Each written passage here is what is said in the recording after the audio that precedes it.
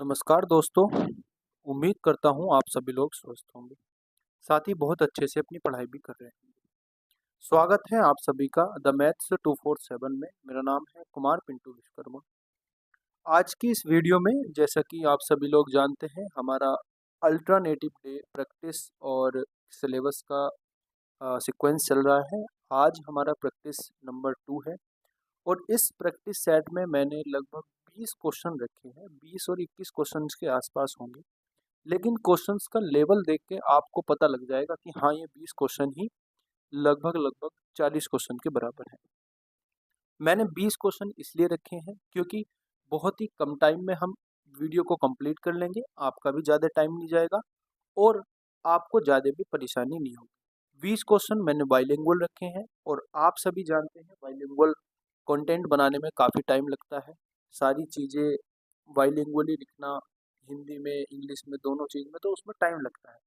इसलिए मैं सोच रहा हूँ कि 20 क्वेश्चन या 25 क्वेश्चंस का एक प्रैक्टिस सेट डेली आपके लिए लेके आऊँ और जैसे ही यूपीएसआई की डेट हमारी फिक्स हो जाएगी, जैसे ही यूपीएसआई का हमारा ये पता चल जाएगा कि एग्ज़ाम इस दिन है और ये एग्ज़ाम है, तो हम उस दिन अपना 40 क्वेश्चंस का टेस्ट प्रैक्टिस सेट कर देंगे। अभी हम जो मेन फोकस करते हैं, जो हमारे अपकमिंग एग्ज़ाम है, जैसे अपकमिंग एग्ज़ाम कौन-कौन से हैं? एक सिलेक्शन पोस्ट का एग्ज़ाम चल रहा है, ठीक है? एक सिलेक्शन पोस्ट का एग्ज़ाम चल रहा है और दूसरी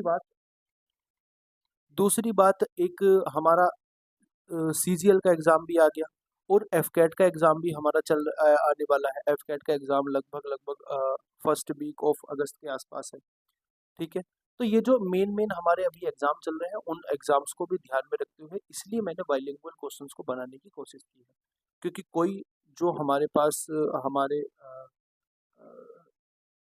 भाई-बहन हैं, उनको थोड़ी-सी प्रॉब्लम इसमें भी हो रही थी कि हमें इंग्लिश प्रॉपर हिंदी में क्वेश्चन समझ में नहीं आते और किसी को ये भी प्रॉब्लम हो रही थी कि हमें क्वेश्चन प्रॉपर इंग्लिश में भी समझ में नहीं आते। तो इसलिए मैंने कोशिश की है कि बाइलिंगुअली हम डाटा को आपके लिए प्रोवाइड कराएँ और ज़्यादा से ज़्यादा आप प्रैक्टिस करें। तो चलिए शुरुआत करते हैं अपने प्रैक्टिस नंबर 2 में। और प्रैक्टिस नंबर 2 में जो हमारा क्वेश्चन है, वो बाइलिंगुअल क्वेश्चन है हमारे। सारे के सारे दोनों भाषा में हैं, हिंदी में भी है और इंग्लिश में भी है। जैसे ही आपको अच्छा लगेगा वैसे आप अटेम्प्ट करना। मैं कोशिश करूँगा कि ज़्यादातर इंग्लिश और हिंदी को ना करके कि कोई एक ही लैंग्वेज में क्वेश्चंस को पढ़ने की कोशिश करूँगा। जैसे आप कहोगे मैं वैसा कर दूँगा। अगर आपको कहना है कि भैया हमें टोटल इंग्लिश में पढ़ाना है, तो मैं टोटल इंग्लिश में ही पढ़ा सकता हूँ। आपको कहना है कि टोटल हिंदी में पढ़ाना है, तो आप सब जो जानते ही हैं कि हम लास्ट तक हिंदी से ही पढ़ते हुए आ रहे हैं। तो अपने पहले क्वेश्चन पे आते हैं और प्रैक्टिस सेट का ये पहला क्वेश्चन है। आपको क्वेश्चन देख के ही पता चल जाएगा कि हाँ, किस लेवल के क्वेश्चन हमने रखे। In an examination 54% of the candidate pass in the science. देखो, 54% लोग पास हुए हैं, ये ध्यान रखना है। साइंस में पास हुए हैं, वेन डायग्राम का क्वेश्चन है। 42% फेल हुए हैं मैथमेटिक्स में। 32% फेल हुए हैं बोथ, यानी कि मैथमेटिक्स और साइंस दोनों में। The percentage of the student pass in the both, यानी कि दोनों जो हमारे सब्जेक्ट हैं उनमें पास होने वाले छात्र कितने हैं, उस पर बात करनी है। वेन डायग्राम में मैंने आप सभी लोगों को बताया था कि हमें जो ध्यान रखना है, मेनली जो हमें ध्यान रखना है, वो ध्यान रखना है कि बोथ केस में क्या हो रहा है। अब बोथ केस में दोनों फेल हो रहे हैं, तो हमें सारा डाटा फेल में रखना है। मुझे बताओ, ये 54% अगर पास हुए हैं, तो इसमें से 46% लोग फेल हुए हों, जाहिर सी बात है। इसमें 52% लोग फेल हुए हों और दोनों में 32%। जो दोनों वाला डाटा है उसको रख देते हैं बीच में। इसमें 32% फेल हुए हैं, तो ये मैंने साइंस वाला मान लिया, ये मैंने मैथ्स वाला। साइंस में कितने फेल हुए हैं? 46%। तो 32% यहाँ आ गए। तो 46% अगर 46 में से 32 घटाएंगे तो कितने बचेंगे? आप बोलोगे भैया 14 बचेंगे और 14% आ जाएंगे इधर। ऐसे ही मैथमेटिक्स में कितने, यहाँ 32 आ गए और है कितने टोटल 42 है, तो यहाँ कितने बचेंगे? 10 बचेंगे। अब ये टोटल के टोटल जो हमारे कैंडिडेट हैं, ये वाले, ये कैंडिडेट हमारे फेल कैंडिडेट हैं। अब इन फेल कैंडिडेट को अगर मैं ऐड करता हूँ, आप बोलोगे 14, 32 और 10, इनको जब मैं ऐड करता हूँ तो भैया कितना हो जाएंगे? 0 और 6 हो जाएगा ये, ठीक है। और ये कितना हो जाएगा? 5, यानी कि 56 हो जाएगा। अब 56% लोग क्या हो गए? 56% लोग फेल हो गए। अब मुझे बताओ, अगर 56% लोग फेल हो गए तो 44% लोग क्या हो जाएंगे? टोटल पास हो जाएंगे। अब हमसे यही पूछा है कि कितने विद्यार्थी उत्तीर्ण हुए, यानी कि पास हुए। बात आ रही है समझ में?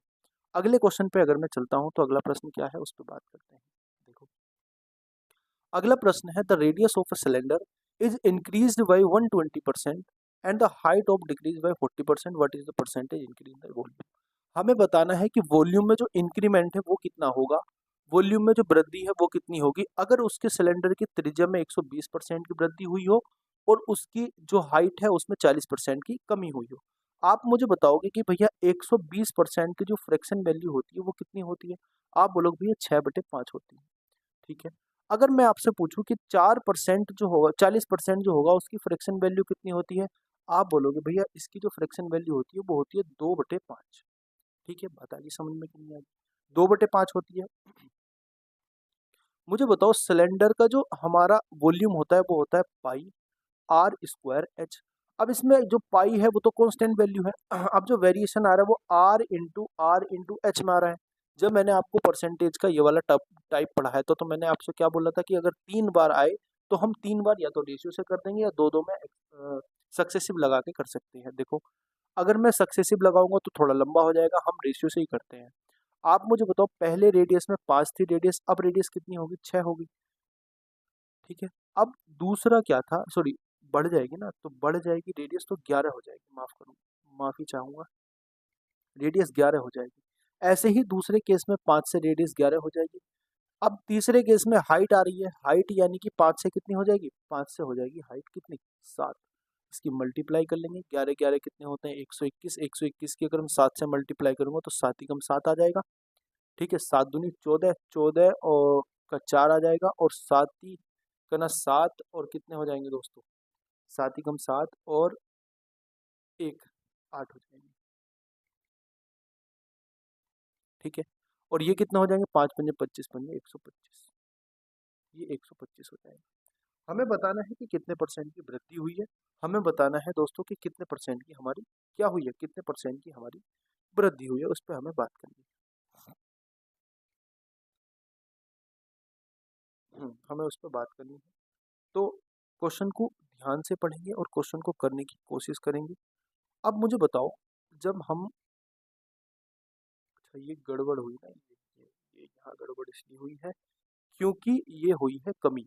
तो अगर कमी होगी तो ये आएगा 3, और जब ये 3 आएगा तो मुझे इसकी मल्टीप्लाई करने में जब मेरा आएगा निकल के, वो क्या निकल के आएगा, देखो 11 11 121 होते हैं, 121 3 से मल्टीप्लाई करेंगे और 3 ही कर 3, 3 दूनी 6 और 3 ही कर 3, ये हो जाएगा।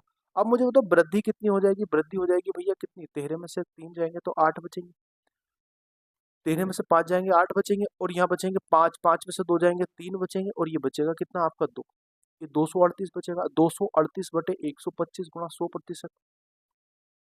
25 से 5 बार कट जाएगा, 25 से 4 बार कट जाएगा, 5 से जब इसको काटेंगे कितने बार कटेगा, देखो 5 चौक 20 हो जाएंगे, 5 सत्ते 35 हो जाएंगे, और बचेगा कितना दोस्तों, 3 बचेंगे, और 5 छक 30 हो जाएंगे।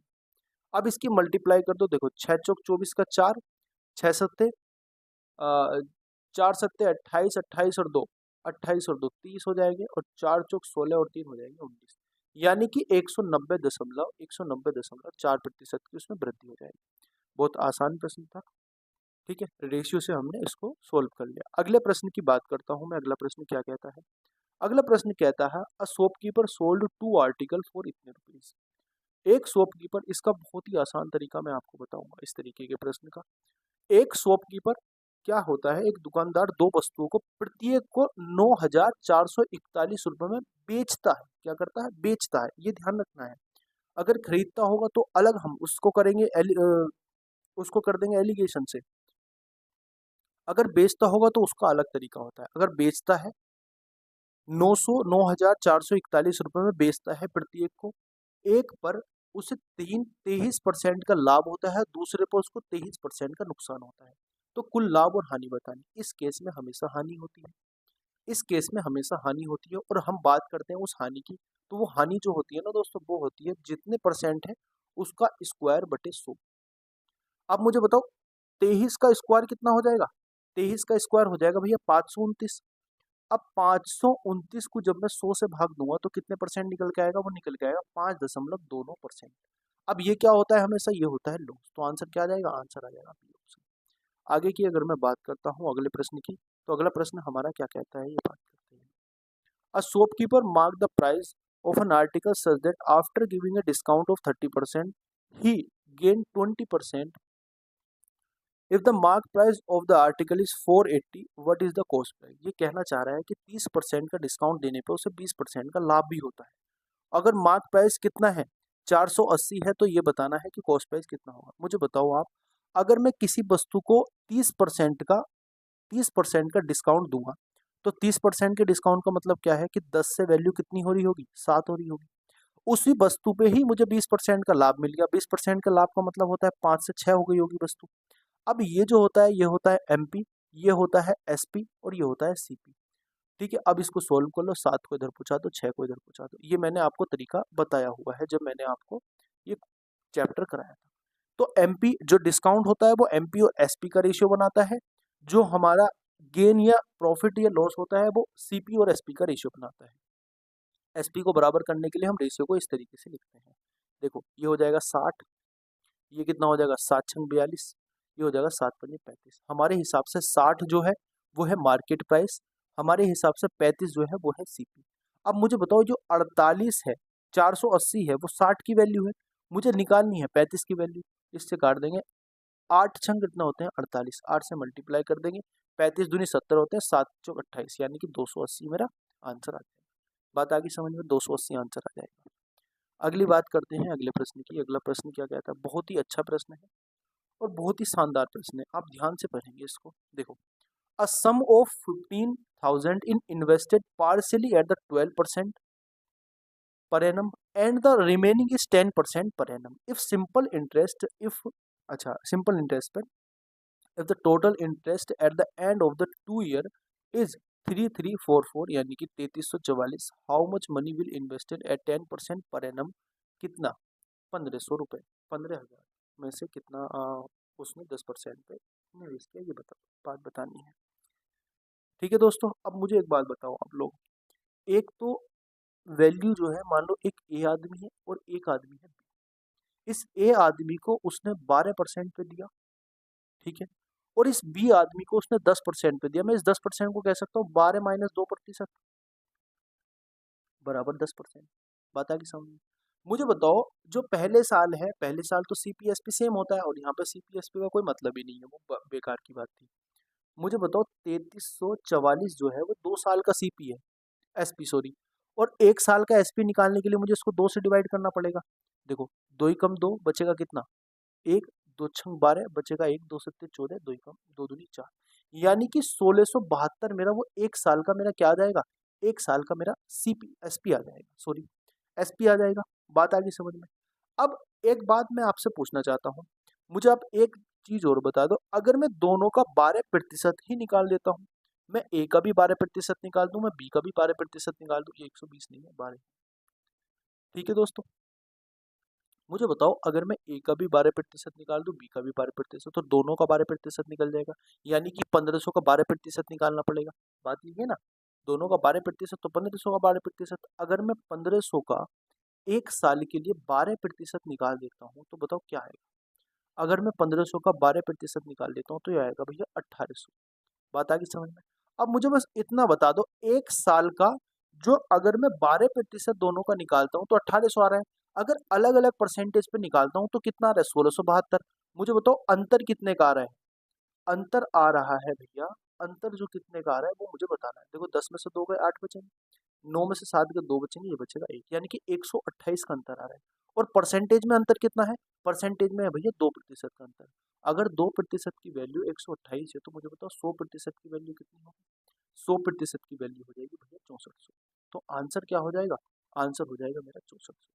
कुछ भी नहीं करना, ना इस चक्कर में जाना कि एक्स इसको मान लो वाई इसको मान लो, ऐसा कुछ नहीं करना। बहुत आसानी से मैंने आपको समझाने की कोशिश की है। हमने क्या कहा, हमने कहा कि एक को 12% पे दे रहे हैं, एक को 10% पे दे रहे हैं। मैं दोनों को 12% पे अगर निकालूं तो सीधी सी बात है कि 1500 का 12% निकलेगा 1 साल के लिए। 1500 का 1 साल के लिए 12% 1800 होता है, 15,000 का सॉरी। अब इन दोनों के हिसाब से अगर मैं बात करूं, इन दोनों के हिसाब से 1 साल का जो निकल के आएगा वो निकल के तो मेरा इतना आएगा ना भाई। 1 साल का जो 2 साल का ही ये 2 साल का ऐसा ही है, अगर 1 साल का निकाल के आऊँ तो 1 साल का इतना निकलेगा, लेकिन ये कब निकलेगा जब ए को 12% पे और बी को 10% पे निकालने हैं, और ये कब निकलेगा जब ए को भी 12% पे और बी को भी 12% पे निकालने हैं। तो अंतर इनका निकाल देंगे, इनका अंतर 128 आएगा, और 128 का मतलब 2% का वैल्यू हो जाएगी, और 2% की वैल्यू अगर 128 होगी तो 100% की वैल्यू 6400 हो जाएगी। अगले प्रश्न की अगर मैं बात करता हूँ, अगला प्रश्न क्या है, देखो, the simple interest on a certain sum at 15% per annum for 3 year is इतना, देन सम बताना। अगर 3 साल के लिए 15% का क्या मेरा 15% का जो मेरा एस आई है, एस आई यानी कि सिंपल इंटरेस्ट है, वो 7200 है। मुझे आप बताओ, मैंने आप सभी को बताया था कि जो एस आई होता है वो कितना होता है, R T percent of P होता है या पी आर टी परसेंट होता है। अब पी आर टी परसेंट 7200 आ रहा है, 7200 कितने प्रतिशत है, मतलब कि प्रिंसिपल अमाउंट का कितने प्रतिशत है, 45% है। और अगर 45% की वैल्यू 7200 आ रही, तो 45 अगर मैं इसका 2 गुना करूंगा तो 72 दूनी कितने होते हैं, 144, यानी कि 1400 के आसपास आएगी। और इसका 2 गुना हो जाएगा 90%, तो 90% की वैल्यू कितने के आसपास आएगी, 4400 की। तो 100% की वैल्यू लगभग लगभग 16,000 के आसपास आएगी। ठीक है, हमें कैलकुलेशन बिल्कुल नहीं करनी थी, हमें पता था कि एसआई जो होता है वो पीआरटी परसेंट होता है। पीआरटी परसेंट का मतलब क्या हो जाएगा, 3 साल के लिए 15 का कितना हो जाएगा, 45%। अब 45% की वैल्यू 7200 दे रखी है, तो लगभग लगभग इसकी दुगनी होगी। 4500 का 2 गुना मतलब 90% होता है, तो लगभग इसकी दोगुनी तो होगी, तो लगभग इसकी दोगुनी बैठेगी, लगभग 1600%, 16,000। देखो 24 नहीं हो सकता, ज्यादा हो जाएगा, 3200 नहीं हो सकता, 4800 नहीं हो सकता। आगे की अगर मैं बात करता हूँ दोस्तों, आगे क्या कहते हैं, देखो अगला जो मेरा प्रश्न है वो क्या है, अ सम ऑफ 20,000 इज 20,000 का sum invested for the 15 month at the interest rate of 10% per annum compounded half yearly, what is the percentage gain correct to the decimal place at the end of the 15 year. मतलब ये कहना चाह रहा है कि 15 महीने के लिए 10% वार्षिक ब्याज की दर से हाफरली अगर मैं लगाऊं चक्रवृद्धि ब्याज, तो 20% का मेरा 20,000 का कितने प्रतिशत मेरा ब्याज होगा। 20,000 की कुछ वैल्यू हमें नहीं चाहिए, हमें चाहिए केवल और केवल परसेंटेज, क्योंकि आंसर क्या दे रखा है, आंसर दे रखा है परसेंटेज।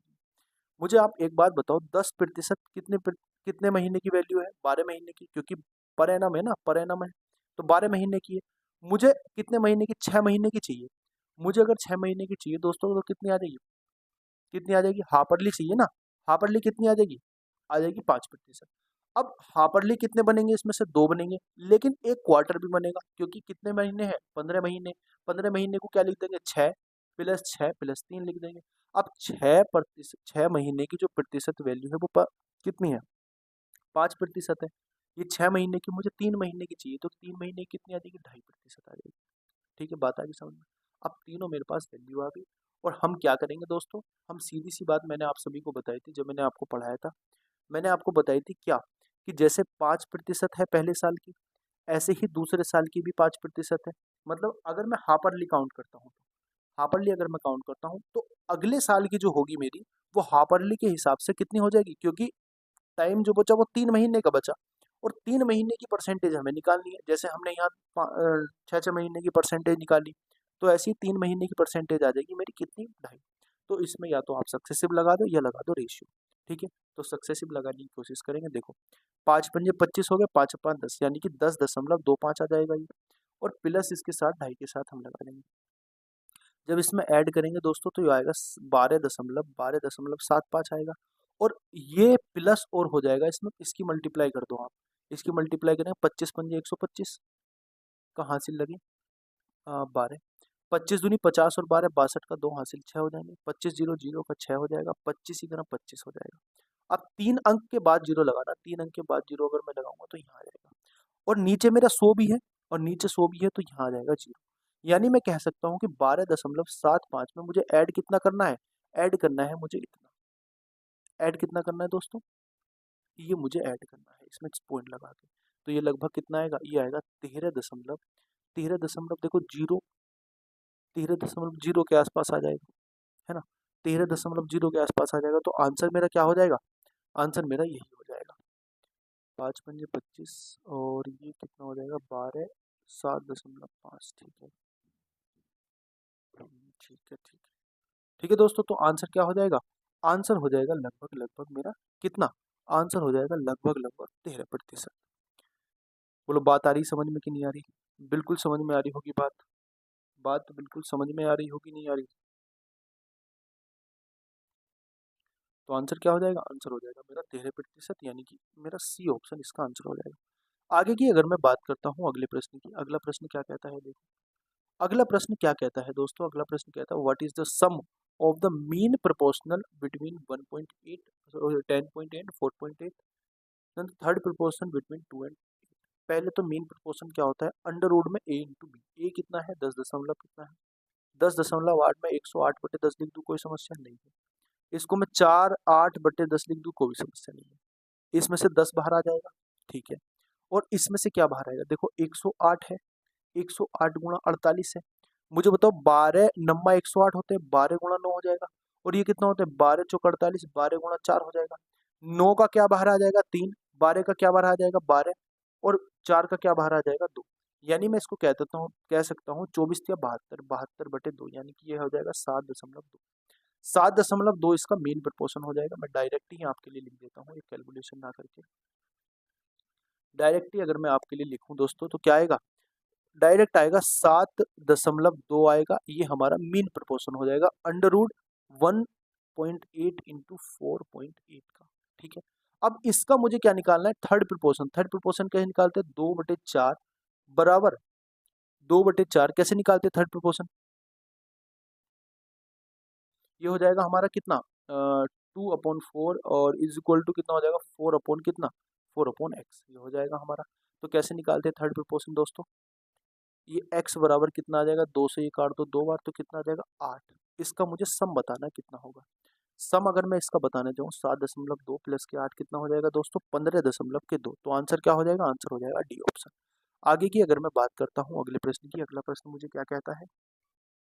अगला प्रश्न कहता है the ratio of the present age of A and B is इतना, after 9 year the ratio will be the 19 plus इतना। ये हो जाएगा।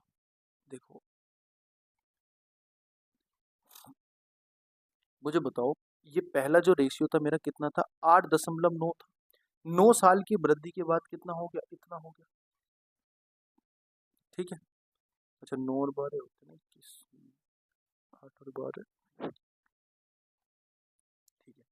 तो ये क्या हो जाएगा? देखो ये 8x अगर मैं मान लेता हूँ और ये मान लेता हूँ 9x। 9 साल के बाद की बात हो रही है, आफ्टर 9 ईयर। आफ्टर 9 ईयर कर दो, प्लस के 9 ईयर कर दो, बराबर कितना हो जाएगा? रेशियो आ जाएगा 19/21।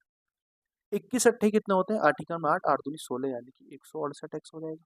प्लस 21 नंबर कितने होते हैं? 9 का 9, 9 9 दूनी 18, 189 बटे, सॉरी बराबर बराबर बराबर बराबर हो जाएगा दोस्तों।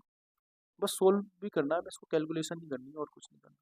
बराबर कितना हो जाएगा? देखो 9 नंबर कितने? 19 नंबर 171 होते हैं, और 19 नंबर कितने होते हैं? 171, ठीक है। इसको सोल्व कर लो, इसको इधर ले आओ, इसको इधर ले आओ, ये बच जाएगा मेरा 3x बराबर कितना बचेगा? ये बचेगा भैया 8, ये बचेगा 18। तो x की वैल्यू कितनी आ जाएगी? x की वैल्यू आ जाएगी 6। अब अगर x की वैल्यू 6 आ गई, तो मुझे बताओ ये प्रेजेंट एज पूछ रहा है c की। c is the 3 year younger than b, और b की वैल्यू कितनी है? b की है 9। 9x यानी कि 9 छंग 54 हो जाएंगे। 54 में से 3 माइनस कर दो भैया, कितना आएगा? 51। 51 साल का कौन होगा? 51 साल का होगा सी। आगे की अगर मैं बात करता हूं दोस्तों, आगे की अगर मैं बात करता हूं अगले प्रश्न की, वो क्या कहता है मुझे? अगला प्रश्न कहता है भैया एन अलॉय कंटेन 32% कॉपर, 24% निकल and rest of zinc. How much zinc is percentage in 12 kilogram? मुझे बताओ ये आंसर होगा? बिल्कुल नहीं होगा, ये होगा ये। क्यों? क्योंकि भैया 12% तो टोटल अलॉय है, तो इतने परसेंट कैसे जिंक आ जाएगा? देखो 32% इसमें कॉपर है, 24% इसमें निकिल है, तो ये कितना हो गया टोटल? ये हो गया भैया टोटल हमारा 56। 56 ही तो हो जाएगा, हाँ 56 हो जाएगा। अब 56 में से बचा कितना? 44। 44% कौन हो जाएगा? जी। अब 12 का आप 44% निकाल दो, बस सीधी सी बात है। देखो 12 कितना? देखो 12 चौक 48 होते हैं, तो 8 जिसके बाद में आएगा वही आंसर होगा। आगे की बात करते हैं अगले प्रश्न की। देखो A B and C are partner, ठीक है। They share profit in the ratio this, if A earn इतने रुपए as his share of profit, then the share of C. देखो इनका जो प्रॉफिट का रेशियो होता है वो होता है 5:3:6। उसमें से ए का जो शेयर है दोस्तों वो इतना है। हमें बताना है किसका, सी का शेयर। अब मुझे बताओ ए की वैल्यू अगर इतनी है, देखो ए की वैल्यू कितनी है, ये 5x की वैल्यू है, हमें किसकी निकालनी, सी की, यानी कि 6x की वैल्यू निकालनी। तो बताओ क्या आंसर होगा। देखो अगर आप इसको मैनुअली, मतलब आप इसको अगर वैसे ही करना चाहो ना, बहुत ही आसान तरीके से, मतलब कैलकुलेशन ही ना आपको करनी पड़े, तो एक तरीका है आपको इसको करने का, एक तरीका बहुत आसान है इसको करने का।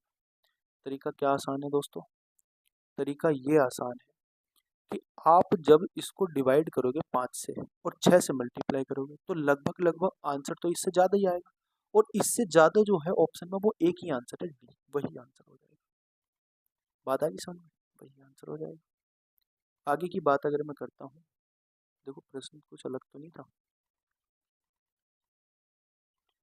अनुपात के अनुपात में लाभ साझा करता है, लाभ का हिस्सा इतना, हाँ ठीक है।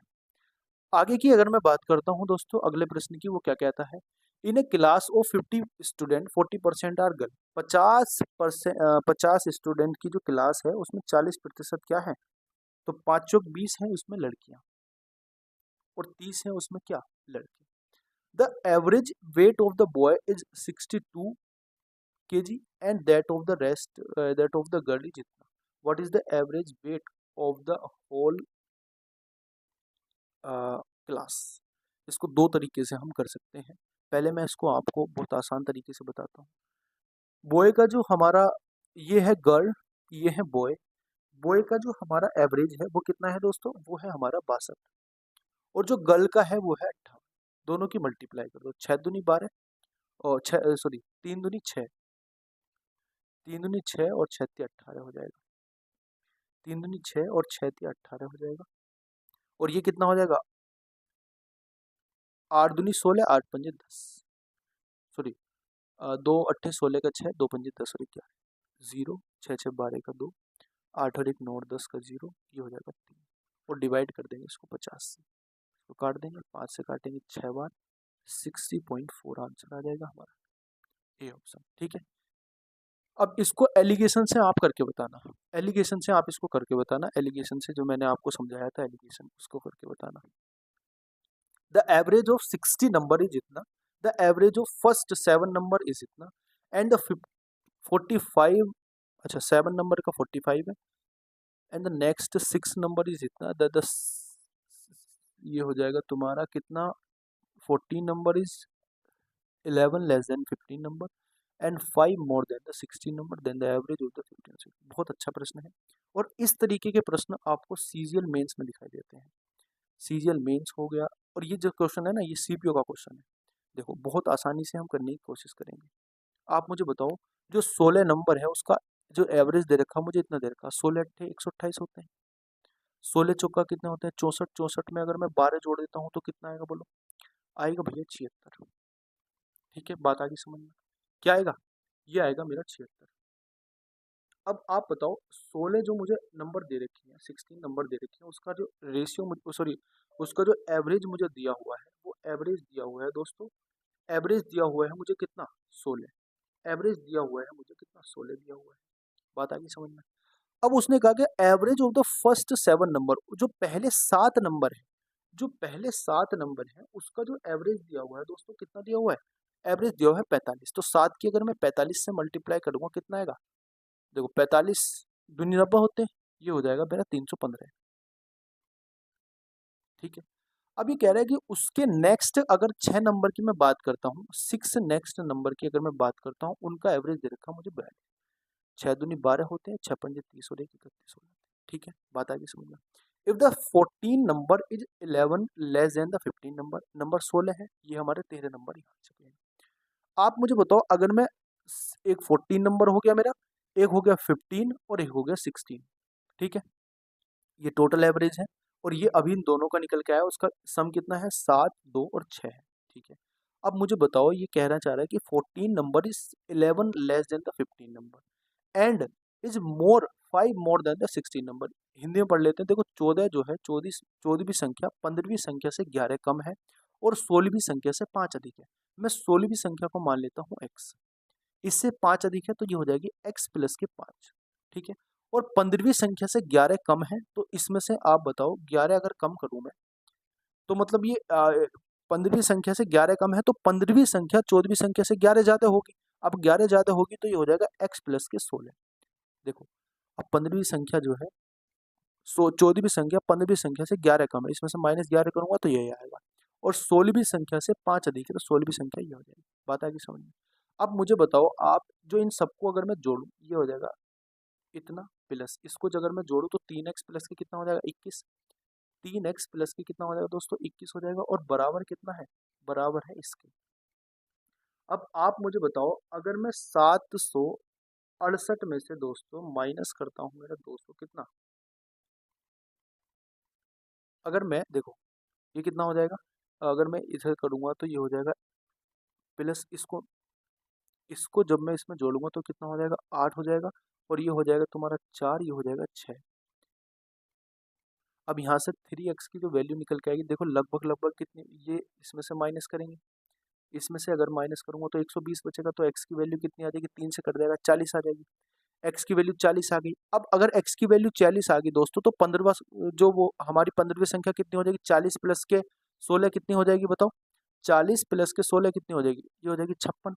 और जो 16वीं संख्या वो कितनी है, 40 है। इन दोनों को जोड़ दो और आपस में जोड़ने के बाद कितना हो जाएगा, ये 96 हो जाएगा, और 96/2 करेंगे तो आंसर कितना आएगा, आंसर आएगा हमारा 48। 40 और 8 48 मेरा आंसर होगा।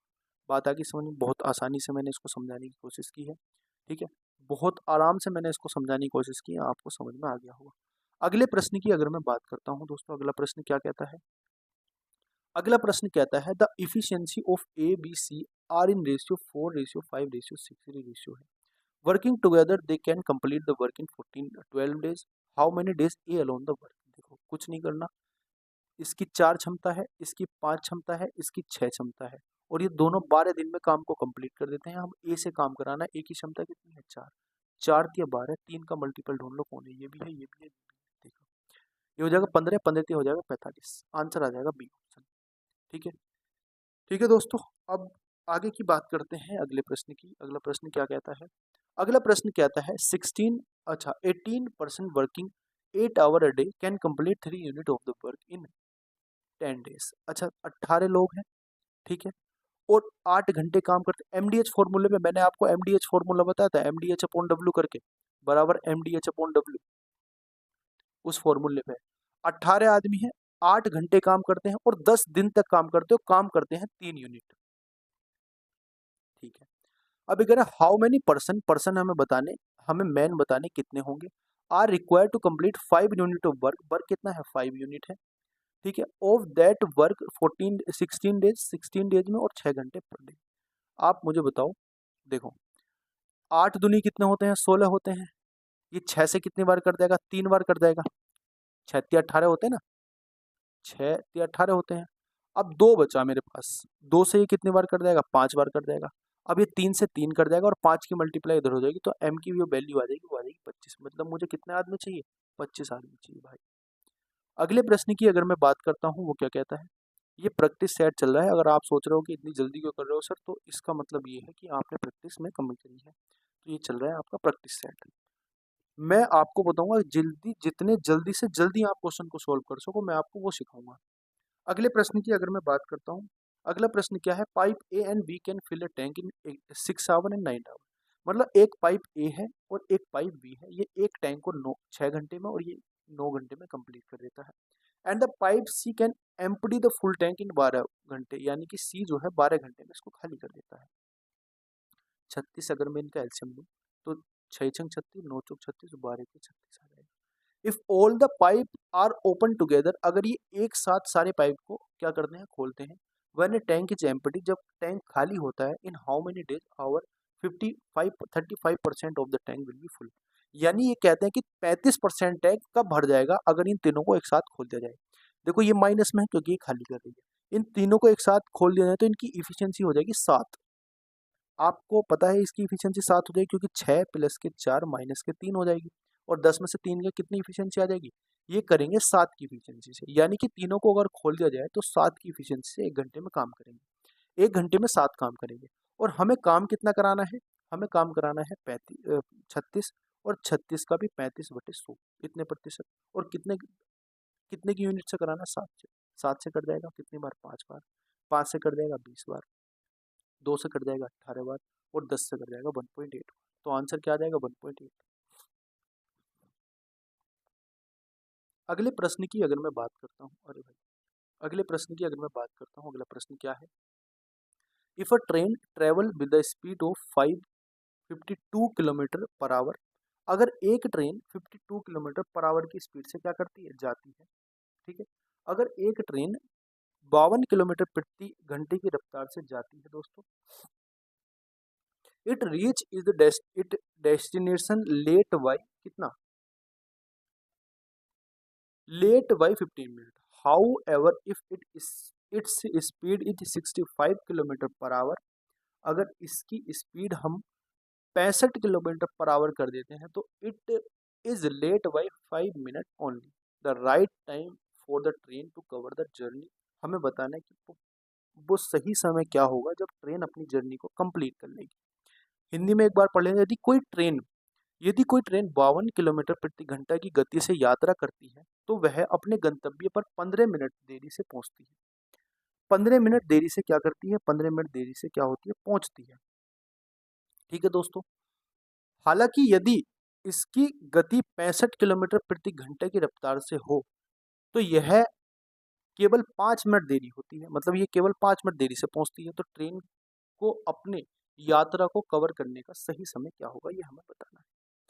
मैंने आपको इसका एक फॉर्मूला बताया था, बहुत बड़ा क्वेश्चन आपको लग रहा होगा लेकिन फॉर्मूला बहुत इजी है। फॉर्मूला मैंने आपको क्या बताया था कि S1 into S2 upon upon S1 minus S2 और मल्टीप्लाई कर देते हैं difference of the time. Time का डिफरेंस क्या हो जाएगा, डिफरेंस ऑफ द टाइम, ठीक है, डिफरेंस ऑफ द टाइम। तो मुझे बताओ S1 कितनी है, 52 है, यानी कि 51 है, 52 है, मल्टीप्लाई S2 कितना है, 65 है, बटे कितना आएगा दोस्तों, इसका अंतर 13 आ जाएगा। मल्टीप्लाई, देखो पहले कितना था, 15 मिनट देरी से हो रहा था। अब हाँ, ये चीज ध्यान रखनी है, अगर समय सेम हो, पहले भी देरी से हो रही थी तो अब भी देरी हो रही है, तो समय को क्या कर देते हैं, माइनस कर देते हैं, तो आ जाएगा 10। अगर समय अलग हो कि पहले देरी से जा रहा अब जल्दी पहुंच रहा, तो समय को क्या कर देते हैं, जोड़ देते हैं। ठीक है, तो क्या करेंगे हम, इसकी मल्टीप्लाई कर देंगे 10 से। 10 से, ये 10 मिनट की बात हो रही है, मिनट को घंटे में बदलेंगे तो 60 से डिवाइड करेंगे। ठीक है, अब 13 को काट देंगे, किससे, 13 पंजे 65, इसको इससे काट देंगे। अब मुझे बताओ, अगर मैं इसको डिवाइड करता हूँ, देखो ये आ जाएगा मेरा 52 गुणा 5/6, और इसको मिनट में बनाना तो मुझे 60 से मल्टीप्लाई करनी पड़ेगी, सॉरी 60 से डिवाइड करनी पड़ेगी, मल्टीप्लाई घंटे में ना मल्टीप्लाई करनी पड़ेगी। कुछ गड़बड़ तो नहीं की हमने, कुछ हमने गड़बड़ तो नहीं की, बात तो सही है।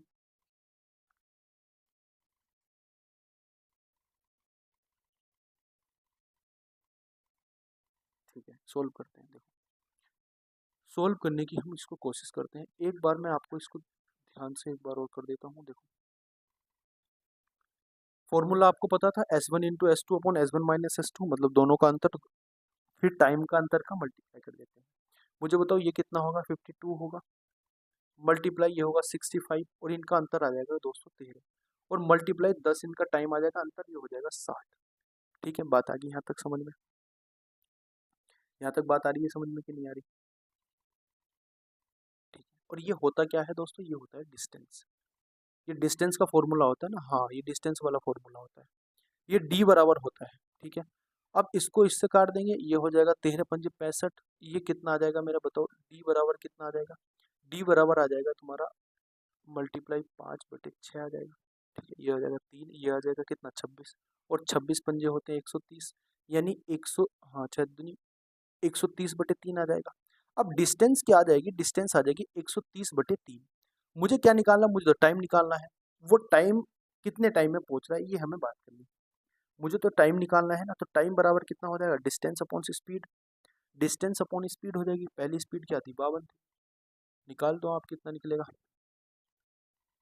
डिस्टेंस कितनी है, गुणा 52, मल्टीप्लाई कितना आ जाएगा, मल्टीप्लाई कुछ नहीं आएगा, क्योंकि इसे हमें किस में कन्वर्ट करना है, इसको हमें कन्वर्ट करना है मिनट में, तो मल्टीप्लाई कर देंगे इसकी 60 से। ठीक है, देखो अगर मैं 13 चौका 52 होते हैं, और इसको अगर मैं काटता हूँ तो 20 बार जाएगा, और ये काटता हूँ तो 5 बार जाएगा, और 5 ही 10 से मल्टीप्लाई करूंगा तो 50 आएगा, लेकिन 50 तो आ ही नहीं रहा, 50 तो आ ही नहीं रहा। 50 इसलिए नहीं आएगा क्योंकि 50 मिनट क्या लगती है दोस्तों, 50 मिनट उसको जाने में लगती है, लेकिन वो 15 मिनट देरी से भी तो पहुंचता है, 15 मिनट देरी से भी तो पहुंचता है, तो इसको तो माइनस करना पड़ेगा, इसको माइनस करना पड़ेगा, तो आंसर जो आएगा मेरा आएगा 35 मिनट। तो 35 मिनट क्या आ जाएगा मेरा आंसर। आगे की अगर मैं बात करता हूँ अगले प्रश्न की, अगला प्रश्न मेरा क्या है, ये है नंबर सिस्टम का। नंबर सिस्टम का, if the digit 6 number digit this is divided by 88, then what will be the value of this. बहुत आसान प्रश्न है। ये हमारा नंबर है, अगर ये नंबर 88 से डिवाइड होता है तो मुझे बतानी है कि इसका मान क्या होगा। मुझे बताओ, अगर 8 से कोई संख्या डिवाइड होती है तो उसके बाद के 3 अंक 8 से डिवाइड होने चाहिए, बाद के 3 अंक अगर 8 से डिवाइड होंगे तो बाई की वैल्यू हम क्या रख सकते हैं। अगर बाद के 3 अंक इसके 8 से डिवाइड होंगे तो मुझे बताओ बाई की वैल्यू हम क्या रख सकते हैं। आप बोलोगे भैया बाई की वैल्यू ऐसी रखनी चाहिए जो बाद के 3 अंक हमारे 8 से डिवाइड हो जाए। ठीक है, अब बाई की वैल्यू ऐसी रखनी चाहिए जो बाद के 3 अंक मेरे किससे डिवाइड हो जाए, बाद के 3 अंक मेरे 8 से मेरे डिवाइड हो जाए। मुझे बताओ, अगर मैं बाद के 3 अंक 8 से डिवाइड करूंगा तो या तो मैं इसको यहाँ 2 रखूँ, या तो 2 रखता हूँ या रखता हूँ 8। 2 रखूंगा तो कितना होगा, देखो 2 रखूंगा तो 29 बनेगा, ये 8 जाएगा 24 बार, 5 बजेंगे 56, ये भी कट जाएगा। और अगर मैं 8 रखता हूँ तो 8 ही का ना 8 हो जाएगा, और 96 भी 8 से कट जाएगा, 12 अट्ठे 96। यानी ये संख्या या तो ये बन सकती है x4296, यह बन सकती है 896। ठीक है, ये दो संख्या बन सकती है। ठीक है दोस्तों, अब अगर संख्या मेरी 11 से डिविजिबल है, अगर संख्या मेरी 11 से डिविजिबल है तो मुझे यहाँ पे x की वैल्यू क्या रखनी पड़ेगी। देखो 4 और 4 8, 8 और 9 17 हो जाएगा, और ये कितना हो जाएगा 8, और यहाँ रखना पड़ेगा कितना, यहाँ कितना रखना पड़ेगा बताओ, ये हो जाएगा 17, 17 माइनस एक्स, और माइनस के कितना 8, यही तो होगा 17 माइनस के एक्स माइनस के 8, यहाँ कितना बचेगा बताओ, 9 बचेगा। अब x की जगह या तो मुझे 9 रखना पड़ेगा, x की जगह 9 ही तो रखना पड़ेगा, x की जगह 9 रख दूंगा तो यहाँ पे बाई की ये बन जाएगी संख्या 94296, ये संख्या बन जाएगी मेरी। अब इसमें x की वैल्यू क्या आ गई, x की वैल्यू 9 आ गई, और बाई की वैल्यू आ गई मेरी कितनी, बाई की वैल्यू 2 आ गई। तो 9 प्लस के 2 दूनी कितने होते हैं 4, 9 और 4 होते हैं 13, तो आंसर क्या आ जाएगा, आंसर हो जाएगा 13। अगर मैं 8 रखता हूँ वैल्यू तो 8 ज्यादा हो जाएगा, क्योंकि 8 दूनी कितने हो जाएगा 16, और 16 से अधिक, क्योंकि x भी जुड़ेगा, 16 से अधिक आएगा, तो 16 से अधिक कोई भी मेरा ऑप्शन नहीं है। अगले प्रश्न की अगर मैं बात करता हूँ, अगला प्रश्न है देखो ये, अच्छा लैंग्वेज वाला प्रश्न देखो, two prime number are co prime number if their LCM is 1। LCM का तो कोई मतलब नहीं होता, prime number co prime number, तो ये तो आंसर हो ही नहीं सकता। ठीक है, अगली अगर मैं बात करता हूँ दोस्तों, अगली अगर मैं बात करता हूँ, अगला आगे क्या कहते हैं, ये आगे कहते हैं LCM of two number, two natural number is divisible by their HCF. अगर दो नंबर का मैं एलसीएम लेता हूँ, क्या वो उसके एचसीएफ से डिवाइड होता है। बहुत अच्छी बात है और बहुत सही बात है। अगर दो नंबरों का मैं एलसीएम लेता हूँ ना दोस्तों, अगर दो नंबरों का मैं क्या लेता हूँ, अगर दो नंबरों का मैं एलसीएम लेता हूँ तो वो उसके जो है एचसीएफ से 101% डिवाइड हो जाएंगे, 101% क्या हो जाएंगे, डिवाइड हो जाएंगे।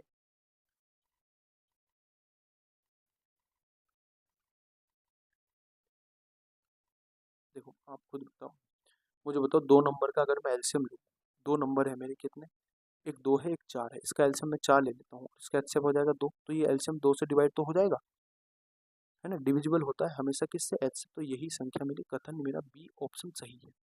HCF plus LCM of two number product of the number, नहीं, एचसीएफ इंटू एलसीएम होता है। HCF of two number is the smallest common divisor of both number, smallest नहीं, हाईएस्ट, हाईएस्ट होता है, क्योंकि हाईएस्ट कॉमन फैक्टर होता है, तो ये भी गलत है। आगे की अगर मैं बात करता हूँ अगले प्रश्न की, और आज की क्लास का हमारा लास्ट प्रश्न है, ये आपको बताना है, two number are in ratio इतना, इफ देयर एचसीएफ इज इतना, then the sum of the two number is इतना। ये आपके लिए होमवर्क है, एचसीएफ मैंने अभी अभी आपके लिए खत्म किया है। ठीक है, कल की क्लास में हमने एचसीएफ ही खत्म किया था, थोड़ी सी लंबी क्लास आपको लग रही होगी क्योंकि क्वेश्चंस को समझाने में थोड़ा समय लगता है। मिलते हैं अपनी नेक्स्ट वीडियो में, तब तक के लिए जय हिंद, वंदे मातरम, भारत माता की जय। पीडीएफ मैं आपको इस टेलीग्राम चैनल पर डाल दूंगा। पर्सनल आपको कुछ भी क्वेरी हो तो आप इस इंस्टाग्राम हैंडल पर मैसेज कर सकते हो। धन्यवाद, मिलते हैं अपनी नेक्स्ट वीडियो में, तब तक के लिए जय हिंद, वंदे मातरम, भारत माता की